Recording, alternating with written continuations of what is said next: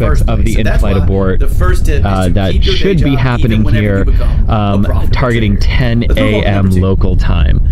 So again, if you've got questions, go ahead and throw them up in the chat and we'll get them answered for you here on the stream. But first, let's talk a little bit about exactly what we're going to see today. And this is something that we'll go over more as the stream progresses.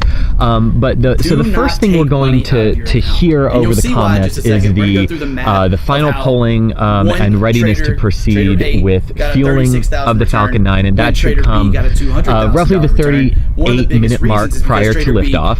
About a minute later, at 37 minutes prior to launch, the crew access arm will pull back 90 degrees to its retracted position, and that will initiate the arming sequence for the abort motors, the Super Draco engines that would fire to pull Dragon away from the top of the Falcon 9 on the launch pad if there were to be some type of problem with fueling today, or whenever there's a crew on board. Whenever Crew Dragon is launching, those abort thrusters will be armed about 2 minutes prior to the start of fueling operations. And after that, fueling operations will progress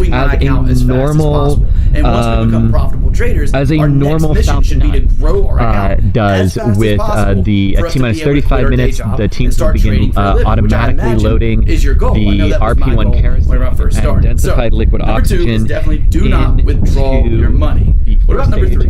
This is going to sound crazy. At the same moment, but RP1 kerosene will begin flowing into the second stage. But whereas the first stage is loaded simultaneously, the second stage is located staggered. It's fueled staggered. So RP1 will load first, and that'll wrap up around 17.5 minutes before liftoff. So adding to your account is obviously a great way to get liftoff, and obviously a great way to decrease the amount of time it takes to get to that goal. Even though this is an in-flight abort test, the second stage will not ignite. The second stage also does not have an engine. Now what I want to do is take a look at 2 example traders. One who is making the mistake of quitting his day job, withdrawing his money, both stages will be loaded to his account, as if it's a normal launch. So the second stage and the first stage will each have a full complement of propellant on board. We're going to take a look after that, engine chill down will begin at 7 minutes, and the transporter erector will pull back to its pre-launch position of 88.5 degrees, about 3.5 minutes before liftoff. And then we will have ignition of the 9 Merlin 1D engines 3 seconds before liftoff, and liftoff at T0. After that, Falcon 9 will climb vertically from the pad and then perform a pitch and roll maneuver to place itself onto the correct heading for today's mission. Now, the key to today's mission is that even though Dragon is an international space station craft, because this mission is not going to the International Space Station, they do not have to follow that ground track. So they're not going to turn and go northeast out of Kennedy today. They're going to turn and go due east out of Kennedy, out over the Atlantic Ocean, directly out over the ocean, to get as far away from land as possible, so that when the abort is triggered about 84 seconds into flight, the Falcon 9 is far enough away from land so that if it does rip apart from aerodynamic forces right away when the abort is triggered, the debris doesn't pose a hazard to land. Turning his account into a 20. But at 84 seconds, the command will be sent to shut down he withdraws every month base of the Falcon 9 that will simulate a thrust termination failure, a failure that Dragon's computer should detect and initiate and activate the Super Draco and the abort sequence. If all goes to plan, Dragon will speed away, pulling about 4 Gs of acceleration and going from 1.8 times the speed of sound to 2.5 times the speed of sound in the 10 seconds that it takes those Super Draco engines to fire. The capsule and trunk will then coast up to apogee, the highest point in its suborbital arc, and at that point of apogee, the trunk will separate and Dragon will reorient heat shield first for the entry and descent part of the abort. That will culminate with the deployment of the drogue parachutes first, 2 drogues, which will slow Dragon down and get it into a stable configuration for main parachute deploy, and those 4 main Mark III parachutes, new parachutes that SpaceX has been testing, and the ones that will be used on crew flights, will deploy and slow the capsule down for a very gentle splashdown into the Atlantic Ocean. The whole flight sequence from liftoff to splashdown is expected to take about 10 minutes. It's unclear from us here whether we will actually have good visibility to see the parachute deploy sequence. We hope we will. But regardless, we have DOS out on a boat in the Atlantic Ocean, about 20 kilometers out to sea. So he's about 20 kilometers from the pad and about 10 to 16 kilometers away from where Dragon is expected to splash down. Of course, they are outside the exclusion zone, so they won't have a problem with that. But we should have good video regardless, either during the live stream or after the fact of the parachute deploy and landing first year is $34,000. So that's what we can expect. So here's where compound interest starts taking place. Now in year two, he's starting with $34,000. And remember, an hour and 6 minutes away from liftoff, we are still counting down. So what we should be listening for on the net is the technical readiness poll. That should be coming about the hour mark before launch. But one thing with these SpaceX countdowns is even if they don't hear stuff over the net, if the clock is still counting, it means everything's on track. It means everything's good because quiet countdowns for SpaceX are what we want to hear. $40,800, we'll just call it 40K. Yes, and we will be able to bring you some of that audio live, more so than we normally do, because it's a NASA-provided number and a NASA flight for this mission. Plus 12,000, so which is going to be $86,000. The questions that you guys have been posting into the chat on YouTube, is dramatically higher. Go ahead and throw them up. Than trader A. Like the question may have been asked, or if you're nervous about asking the question, go ahead and ask it. I guarantee you other people are wanting to ask as well. So please go ahead and ask your question. So the first one we have here from Benjamin Wolski is there a robotic arm pressing the abort button, or is the abort being triggered from flight control? That's an excellent question. So the abort is pre-programmed. That means he's making so the Falcon 9's onboard flight computers are programmed to shut the 9 Merlin 1D engines down 84 seconds into launch, right about the moment of maximum aerodynamic, the point of maximum air stress and mechanical stress on the rocket. It's the most difficult portion of the flight sequence in which to abort. And remember, so he's still adding that's why they are doing it here, because if they do the abort here at Max Q, everything goes perfectly.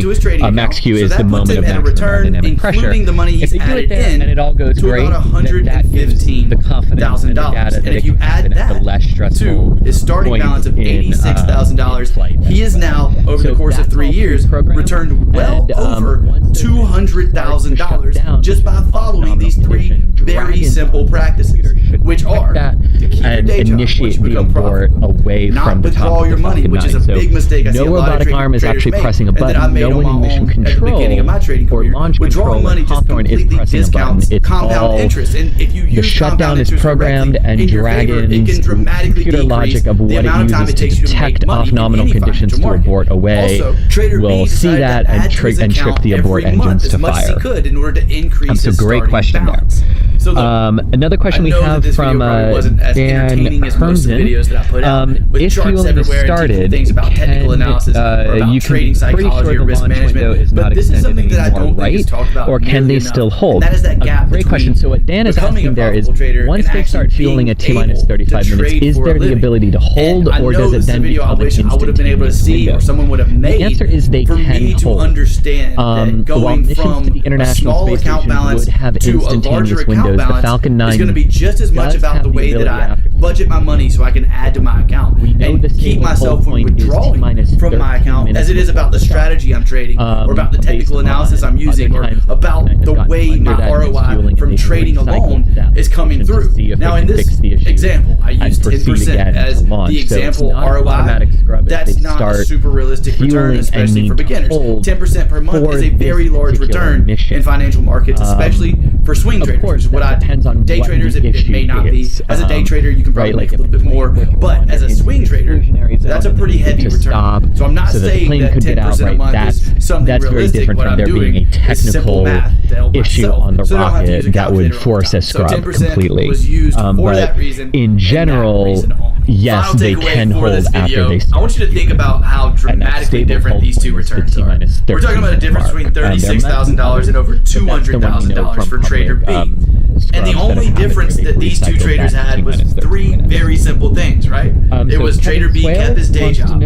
One of the reasons he did that was so he or she could use compound interest by not having to withdraw money to pay his bills, and also so that he can add to his investment account as often as possible and as much as possible in order to increase the size of that account dramatically over a short period of time. Taking these 3 steps in your trading once you become profitable, no matter what your return is, no matter what your starting balance is, no matter how much you can add to your account each month, it doesn't have to be $1,000. The formula remains the same, and no matter what your situation is, you will get there faster if you take these 3 steps. It's guaranteed. Backwards on the timeline to the launch site, and that gives you your launch Obviously, time. keep your day job. A lot of the comm satellites that we launch here from Florida for other nations end up being nighttime because of where those satellites are going and at what point they have to get there at the local solar time over their particular area. If you enjoyed this video, go ahead and click that like button for me. Missions to the International Space Station are different. Hope you had a great trading week, and I hope you trade great. If you did enjoy this content, be sure to comment when below. the ground If you track want me of to the do more International Space content Station like is this, passing to the talking more about that northeast, gap in between, going from southwest to northeast, and where does that intersect the launch pad I'd and love to do more videos on that. If it's something you guys find valuable, so be sure to comment below if you do. With that said, I'm going to end this video here, and I will talk to you in the next one. In the morning. Hey traders, hope you're doing great. My name is Steven, in case you're brand new, and today I want to talk to you about something that I hope can fill the gap simply in the Forex when is the space station passing over Most Forex videos, including a lot of my own, are trying to help you go from wherever you are to becoming profitable. But the reason it's a window from 8 in the morning to 2 in the afternoon is because of lighting conditions. So these types of tests you need not a lot of cloud cover, so you can see the rocket as it There is a gap there, something that I experienced at the beginning of my trading career. Daylight, so that you can clearly see everything. On the bottom of the screen that are underlined in red.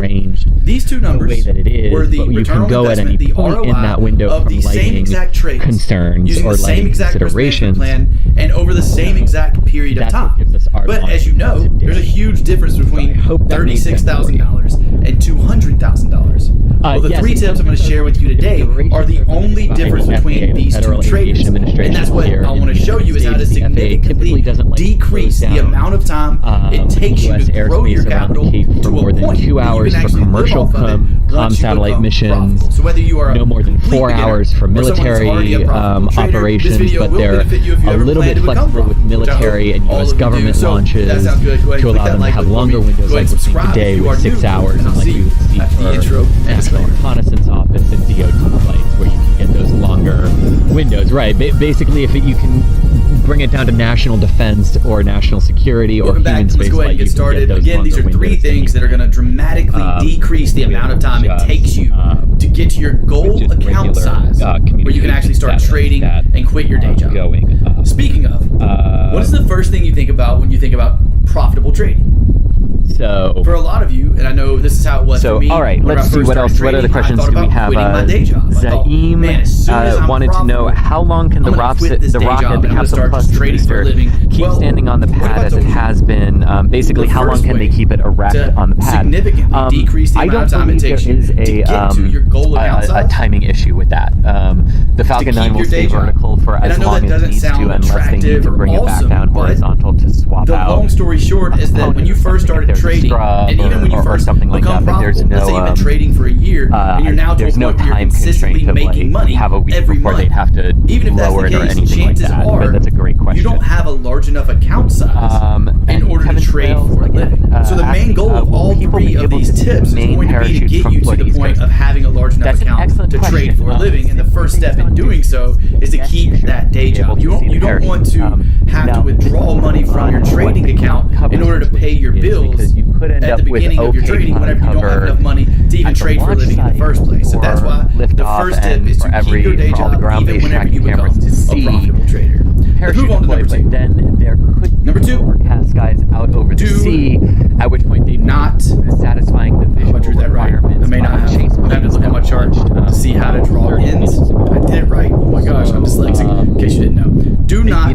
I very much hope we'll be able to see the parachute deploy sequence. Do not take money under its parachutes, and you'll see why in just a second. We're going to go through the math of how one trader A got a $36,000 return when Trader B got a $200,000 return. One of the biggest reasons is because Trader B did not withdraw the money from his account. Withdrawing money when you're trying to grow an account cripples your ability to grow that account in a fast way. Compound interest was named the eighth wonder of the world by Albert Einstein for a reason. That's the only an excellent way question. to let compound interest take hold and take effect in your account is by not withdrawing money. This is one of the pivotal mistakes that I made at the beginning of my trading career. I constantly thought that I needed to reward myself for doing well. So I might have a really good month where I made like 10% on a $10,000 account. And I would take that $1,000 that I made and go spend it on something that I wanted. I wasn't in the right mindset of growing my account as fast as possible. And but exactly how much of a like fireball it might look like, or how much of a just like to be able to quit our day job puff of and white start trading for a living, which I imagine is your goal. I know that was my goal whenever I first started. So number 2 is definitely do not withdraw. Hang on one second. What about number 3? This one's gonna sound crazy, but add to your account. You want to constantly be adding to your account at the beginning when you first become profitable. So they are still no-go for weather and violating weather constraints in the downrange recovery zone. So they are pushing 30 minutes to 10:30 a.m. local time or 15:30 UTC. And what they were saying over the Countdown Net is this will now be the operation that we are in until we get good weather conditions everywhere. We will push at 30 Now what I want to do is take a look at 2 example traders. At about one the who is making the mistake of quitting his day job, withdrawing his money, limit and out. We'll not push at adding to 30-minute his account, increments. and the other doing the opposite. So we are now an hour and 26 account size minutes as away fast as possible. from We're going to take a look at the comparison of the 2 returns. So on the screen you can see that we have Trader A on the left and Trader B on the right. We're going to assume that they both have the same all is well, and this situation. They both have a starting what balance. We do for the day is push in 30-minute increments. They both have I'm going to step away just really quick from the audio portion of our stream to confer with the team behind the scenes, but we'll be right back. That means that their extra that they have left over at the end of every month is about $1,000, and their average return is 10% per month. This is the same across the board for Trader A and for Trader B. And the reason I picked most of these numbers is because $50,000 a year is an average income for America. 4K a month is around that price, or around that amount, and then 3K a month is average expenses in America. So that leaves most people with an extra about $1,000 at the end of every month if they're budgeting correctly. So with this being the case, let's take a look at Trader A. Year 1, Trader A takes his $10,000 account, turns it to 12K, or gets a 12K return, turning his account into a 22K account. Now, he withdraws every month all of his profits. So after his first year, we're going into year 2. So Trader A quit his day job, which means he's having to use all of his trading money, which means he's having to withdraw all the money, which also means he has no money to add to the trading account. So at the end of the year 1, even though he came out very profitable, making a 12K profit, he now has to restart with $10,000. What do you think happens in year number 2? The same exact thing, right? So then he turns that 10,000 into 22K again, and in year 3, he turns 10,000 into 22K. With this being the case, what was the total return, the total ROI that he got? Well, he made $12,000 for 3 years, meaning that he got about a $36,000 return. He took a starting balance of $10,000 and was able to return $36,000 from that $10,000 initial investment. Now, what about Trader B that takes all 3 of those things we talked about earlier seriously? He keeps his day job, he doesn't withdraw money from his account, and he adds as much as he possibly can to his account every month. Let's look at year 1. Year 1, he makes the same 10% per month. So he goes from 10K to 12K based on the return. But remember, he's putting every bit of his extra money into his trading account so he can grow it as fast as possible. So in year 1, he didn't only return 12K, he also added $12,000 to that account, meaning that overall added to the account's been $24,000. If we then add our $10,000 to that, his account size at the end of his first year is $34,000. Okay, so here's we're where going to go ahead compound and interest leave starts taking place. the visual part of our stream up for all of you. He's starting with $34,000 coverage. And remember, we're using the same return for both of these traders, and that's going to be 10% a month because math is easy. Yeah, we'll be with back 10% in 22 per month. minutes. So at $34,000 account balance, what does that Eastern, mean?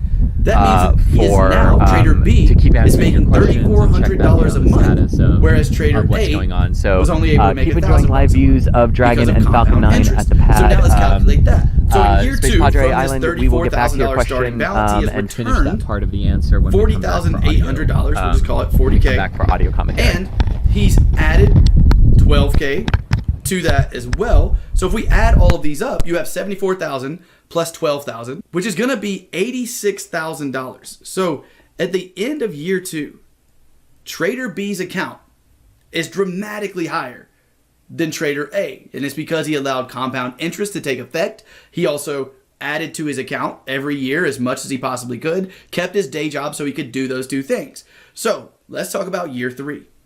In year 3, because of compound interest and adding to his account, Trader B now starts his year with $86,000. Now, if he's averaging 10% per month, that means he's making $8,600 a month. He's a 6-figure trader right now. But let's say he decides to keep his day job. His goal was to be over 6 figures in his account before he quit his day job. So here we have 86K, meaning that he returned $103,000 in year number 3. And remember, he's still adding 12K per year by taking all of his extra money and putting it into his trading account. So that puts him at a return, including the money he's added in, to about $115,000. And if you add that to his starting balance of $86,000, he is now, over the course of 3 years, returned well over $200,000 just by following these 3 very simple practices, which are to keep your day job once you become profitable, not withdraw your money, which is a big mistake I see a lot of traders make and that I made on my own at the beginning of my trading career. Withdrawing money just completely discounts compound interest. And if you use compound interest correctly in your favor, it can dramatically decrease the amount of time it takes you to make money in any financial market. Also, Trader B decided to add to his account every month as much as he could in order to increase his starting balance. So look, I know that this video probably wasn't as entertaining as most of the videos that I put out, with charts everywhere and teaching you things about technical analysis or about trading psychology or risk management, but this is something that I don't think is talked about nearly enough, and that is that gap between becoming a profitable trader and actually being able to trade for a living.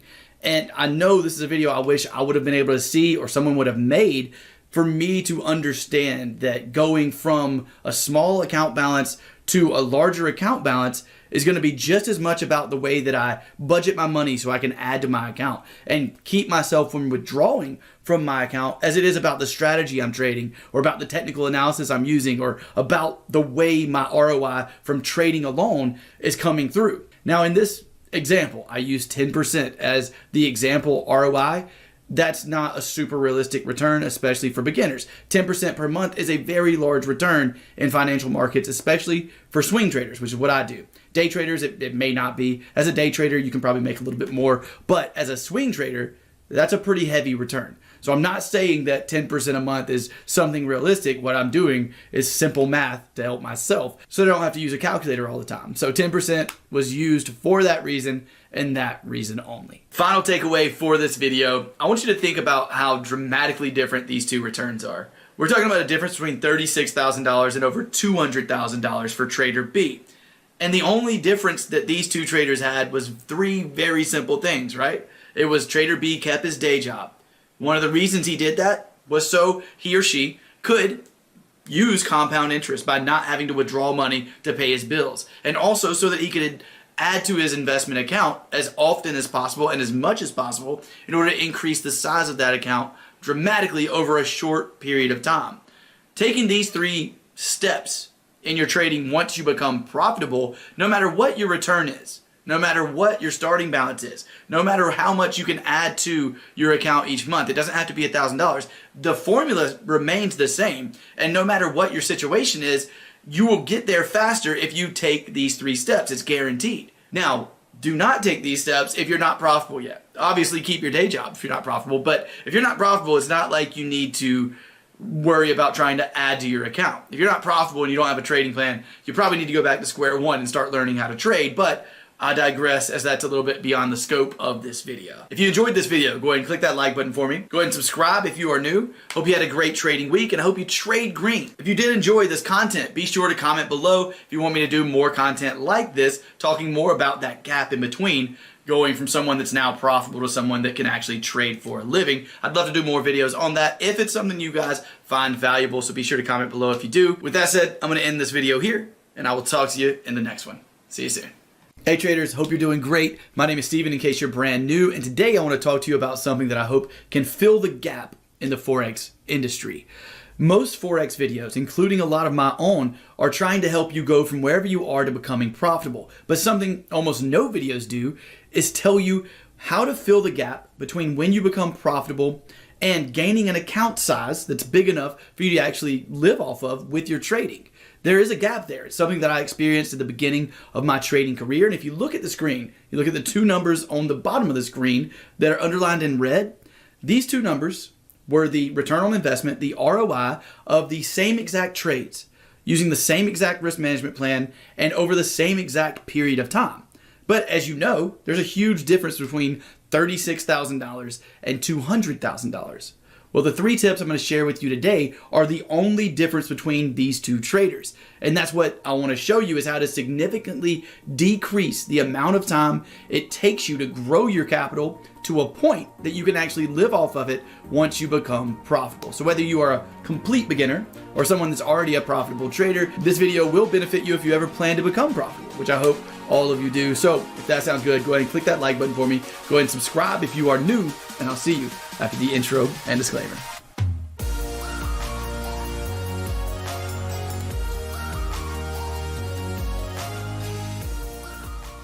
Welcome back, and let's go ahead and get started. Again, these are three things that are going to dramatically decrease the amount of time it takes you to get to your goal account size where you can actually start trading and quit your day job.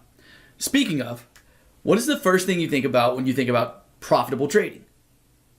For a lot of you, and I know this is how it was for me, whenever I first started trading, I thought about quitting my day job. I thought, man, as soon as I'm profitable, I'm going to quit this day job and I'm going to start just trading for a living. Well, what if I told you the first way to significantly decrease the amount of time it takes you to get to your goal account size is to keep your day job?